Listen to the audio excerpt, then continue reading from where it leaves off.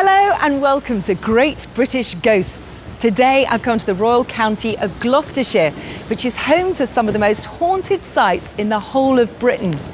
Later I'll be going on a tour of 17th century Chavenage House, but first I've come to Gloucester High Street, and between all the shops is a real hidden gem and one of the most haunted places in the whole area. The New Inn dates back to the 14th century. It was originally built to house pilgrims visiting the shrine of King Edward II at nearby Gloucester Cathedral and has over 700 years of history. William Shakespeare once performed here, and Lady Jane Grey, the wife of Henry VIII, stayed here in 1553, only to be beheaded a year later. What's really interesting about the New Inn is the amount of paranormal activity that's happened in recent years, from people being pushed and shoved in the cellar, to the spirits of children playing in the courtyard, to the most famous incident, the pint of beer that mysteriously slid itself off the table and onto the floor. It happened on a night that we had a quiz on. Mark and I weren't down. And the guys just said to us the next day, "Oh yeah, one of the ghosts knocked a pint off." We were like, yeah, okay, whatever. And it was probably about a week later, I went, "Oh, stop going on about it." I checked the CCTV, and to say it put goosebumps all down my back. It was just to see it looked like it got flung off the table. Local paranormal researcher Lynn Cindery was in the pub when it happened. I was sitting right here that night and I couldn't believe what happened.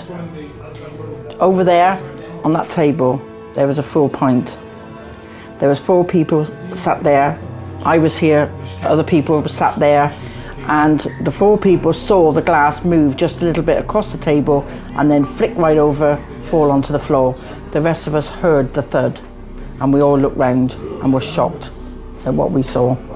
How come it was caught on camera? Because the CCTV camera is just up there, and it always points that way, over in the corner, where a ghost of a lady has been seen. And she is supposedly the nanny of the 2 children that died in the fire.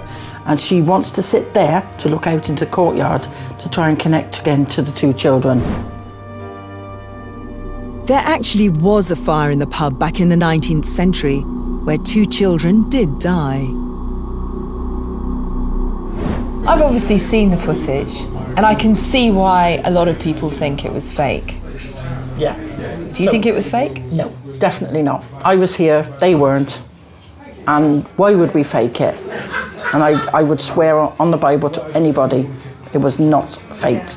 That particular room at the back, I felt presence myself on that particular table, and we've had so many customers that have come in and actually seen things being dragged on the table, like menus, without no explanation. There might not be anybody in there at the time. So there's a lot of poltergeist activity on that side, definitely, without a shadow of a doubt. I can categorically say what you see is what's happened. No trickery involved. Could it have slid off the table? Of course it could. Could it have done this? Could it have blasted it? Of course it could. What happened is what you see. We did not fake anything at all. But it's not just the bar that's experienced paranormal activity. There have been ghosts reported in almost every corner of the hotel. And Lynn agreed to show me around, starting with the most haunted bedroom. So just down the corridor here we have the famous Oak Suite. Most haunted room in the whole of the inn. So there's a lot of activity there, a lot of bumps in the night. Oh yes, definitely. And it's a pretty spooky room to be in. Here we are, the Oak Suite. There is a heavy atmosphere at times, and even when you open the door you can feel it. You can feel that somebody's already in there, or it's almost like you hear, "Shh, quick, they're coming." That sort of eerie feeling that you just know something's in there or something's going to happen.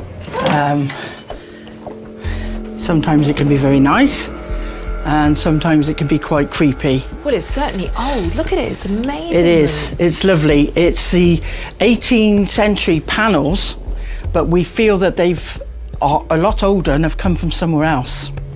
We don't know where. So whoever brought them here, it may even have the energies from the place it was before. We have several encounters in here of ghosts. This area here, there has been seen a man in a dark costume, and he comes out to the wall and he's almost looking around at everybody that's in here, and then he won't go any further. He stops right here.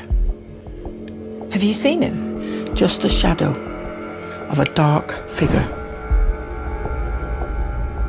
There's been several incidents in there.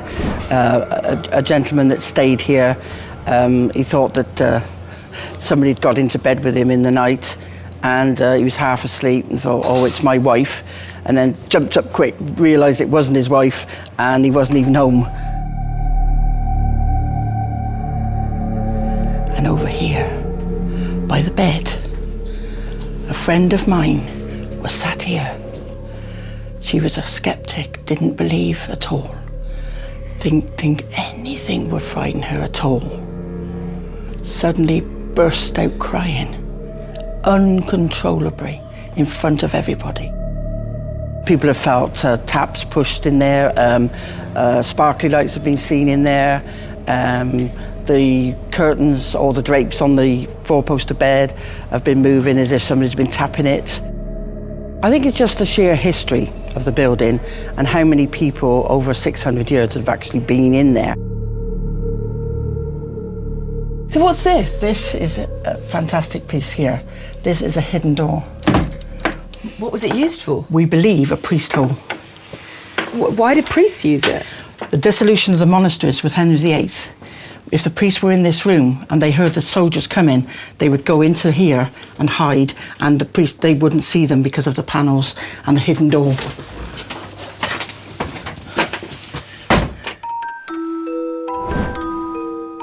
Over the last 10 years, there have been more than 100 reported ghost sightings and paranormal events in the hotel, making it one of the most active places in the UK.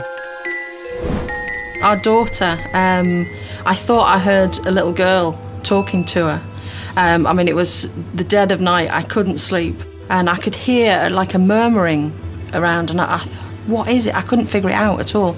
And I flung the door open to see if there was anybody in there, or, you know, what was in there, and it just stopped dead completely. And I was like, okay, I'm going back to bed now. Close the door. I still don't know what it was, but it sounded like a young child talking to my daughter.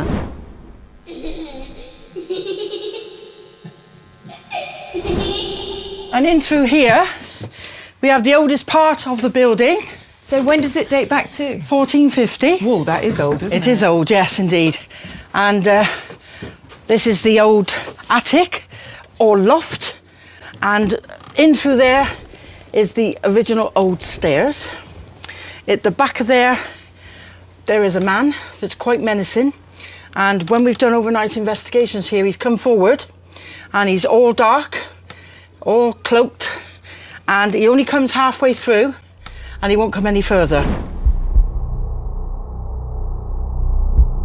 Most of us are fearful of the unknown, and that's quite natural, very, very natural. The only reason that I'm not as fearful most of the time is because I do it more and more and more, and I'm understanding more and more and more. Most cellars, as we know, we don't like, because they're down underground, they're dark, they smell. But in my experience, some cellars are quite oppressive feelings, especially this one. So there's been a lot of activity down here? Oh yes, definitely a lot of activity down here. Why does anyone come down here? Because we're crazy.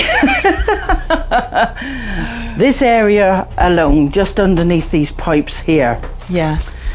we've had phenomenal stuff under here. Now it's a bit tricky. You're gonna have to really sort of get under. Okay, go careful. There's a man down here. He's very intimidating. He doesn't like the women. When he lived here, He got the ladies pregnant, and then when they were pregnant, he disposed of them by throwing them off the balcony. And there is also another theory that possibly they might be hidden behind the walls here. Oh no, that's and really when we're down here, and then we get these noises, it's almost as like he doesn't like us here and he's telling us to get out. It's quite common knowledge I don't like it down there at all. It's very foreboding, very sort of just... every time I go down there, I just get chased back out of it, so don't like it at all. It's quite an overwhelming feeling when you go down there. I've been down there once in the time that we've been here, and I won't go down again. I know I won't. I don't want to. It's not a nice feeling. The skeptics will say the ghosts are in our imagination. I believe that they are real because I've seen them, I've spoke to them, I've sensed them. There's some things that happen that just are beyond normal explanation. That's why it's called paranormal, out of the normal. Well, whether the moving pint of beer was a paranormal event or not, there's no doubt about it that the New Inn is definitely a very special place. It's a hidden gem with an intriguing history, where the ghosts, spirits and stories literally seep through the walls, and everyone who works here just treats them all as part of the family. I believe the New Inn's definitely haunted. If you'd have asked me before I lived here, I would have said no. I wouldn't have believed it. But now that I've been here as long as we have, I'd say definitely haunted, and I believe in it wholeheartedly.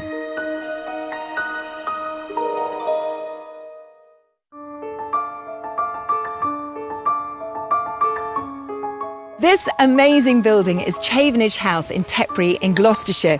It dates back to the Elizabethan period, and not surprisingly, it's packed full of haunted history, including a headless horseman. Chavenage is a remarkable place. During the Civil War, it was visited by Oliver Cromwell.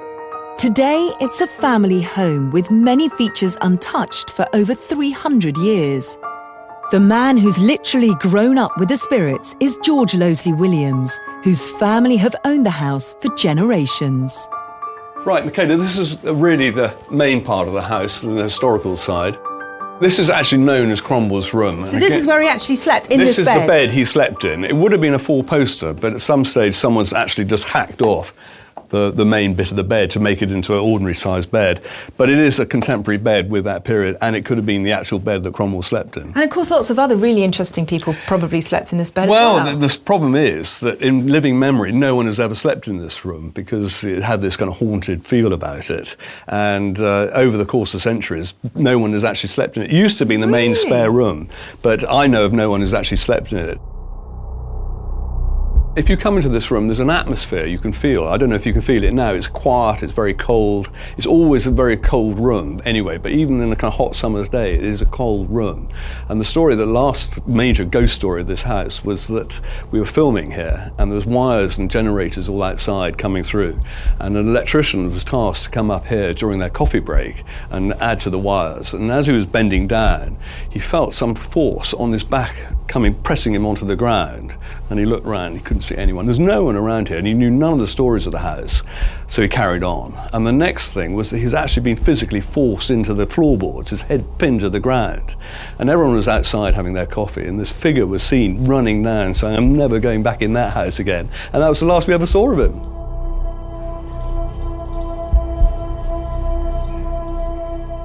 Well, there's been so many strange things. I mean, when we had the ghost hunters, and the sort of tool of trade, one of them is a big thermometer.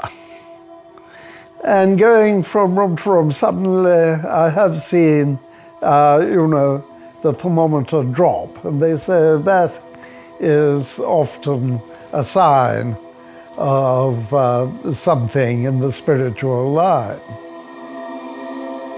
It was Sunday, and I went up into the tapestry rooms and walked in, and I felt a presence there. Bravely, I went into the room and still felt, and at that moment I was absolutely convinced there was something in the room, almost like a poltergeist. My grandmother had that room exorcised. And she did a belt and braces job by having a service performed jointly both by Church of England and Roman Catholic priests. Despite the eerie history of the bedrooms, the most famous haunting at Chavenage actually occurred out in the driveway. It was said that one night back in the mid-17th century, a headless coachman drove up to the main door and carried off the body of its then owner, General Nathaniel Stevens. Nathaniel Stevens was a Member of Parliament. He was parliamentary member for South Gloucestershire, and he was quite influential. He had a group of friends that Cromwell needed on side to get the bill to go through Parliament to kill Charles. So he came down here 3 times, and the first 2 visits, Nathaniel was a fit, strong man and could cope with him. The 3rd time, he was actually not very well, and basically to get rid of Cromwell, he agreed just to move on. And as soon as he agreed, his daughter then cursed him. And the story of this house was that the old colonel was dying, and the guests were all gathered around to watch him die. And they saw this very embellished carriage arrive at the gateway, came down to the front door. The carriage stopped, and they saw that it was being driven by a headless horseman. The shroud of the old colonel was then seen to lift out of his body, drift into the carriage. The door then shut, and the carriage drove off, and was last seen being devoured by the flames of hell. No way! And that all happened just here.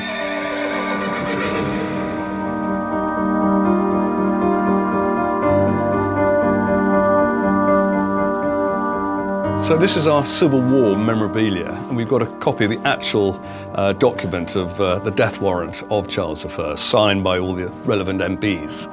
And after he was executed, there's an actual locket of Charles I's hair put on a brooch, again to show people what they'd been fighting for in the Civil War and prove that he was dead. And there's a bit of his actual hair in there. So people went to his severed head and started chopping his hair off? He was fairly ripped apart to get bits and pieces off him. This is a fairly pro-Charles I, if you read the document about it. It was one made into a nice locket, but with his hair. Gee, I find that quite haunting. That is quite spooky. I think it's always been told we were the haunted house, or the second most haunted house in Gloucestershire. And really, from the day we were born, it was, you know, have you seen the ghosts at Chavenage? And certainly the headless coachman has been a story. When you say Chavenage, that's what everyone thinks of. And so, I mean, not that I've ever seen him myself, but we're always there. And I remember actually the first time I ever really noticed that I was going to sleep here alone. It was quite a daunting sight. So as you probably met, most of our dogs, they slept with me that night. So this is one of the other stories of the house, and through this door is, if I can open it. Oh, it's a great door. You will find this very small little window, and that window actually is in direct line with Bevson Castle, which was a royalist castle. And the story was one of the maids here used to signal to her boyfriend, who was one of the guards at the royalist castle, by putting a light in this window. And as soon as that light shone, they would have a meeting point. The only trouble was they got caught one night and they were put to death. And does she come back as a ghost? Well, this is a story. I've again never seen anything of her, but the story was that her spirit's still around, still signalling through. So if you see a light in that window, you know she's around. Oh, that's quite a tragic romantic love story, Very isn't it? romantic. Yeah. So we go outside. And it was here that I had my first real experience of a ghost, because when I was very young, when I was about 8, my first camping experience was literally just here, about 5 feet from the house. And a friend of mine was camping, and we woke up very early, as you do when you're camping. We looked out a little tent, and we saw this dark figure of a horse and a man on it with a big black hat. And it was just over there. So we looked at it, and we kind of zipped it up quickly, went and hid in our sleeping bags, and again wouldn't come out till someone actually came out to see if we were all right. It was about 9 o'clock, so it was about 3 hours shaking in our little camp beds. That must have been terrifying. Absolutely for an 8-year-old. Terrifying, and we still talk about it today. And did you both see it vividly? We both saw it, and both, it's not one of our imagination, we both could describe exactly the same figure. The main house has a small chapel attached to it, which also has its resident ghost, a hooded monk. Some time ago, while my uncle was still alive, just before dinner, I went into the chapel to say my prayers. And all the time I was in one of the pews, there was a monk knelt at the altar rail. I wanted to go up and tap him on the shoulder and ask him where he'd come from. But he seemed to be so engrossed in his prayers that I didn't like to disturb him. So I tiptoed out of the door and left him to his praying. I'm convinced there are ghosts, and I know people have been here before, but I'm not a person that's looking out for somebody with a white sheet and black eyes. I think it's more history, and if it helps you tell a story, and I'm sure, certainly, I mean, living in a house which a family have been in quite a long time, not only are they looking down from up there at you, they are also wandering past, and hopefully occasionally, you know, wish you luck on the way. Chavenage House really is a picture postcard of what a haunted house should look like, which is probably why it's been used for so many movies and TV series. And whether those stories are just embellished legends or events that can be practically explained, they certainly are all great ghost stories. Well, from me in Gloucestershire, that's it. I'll see you next time. Bye-bye.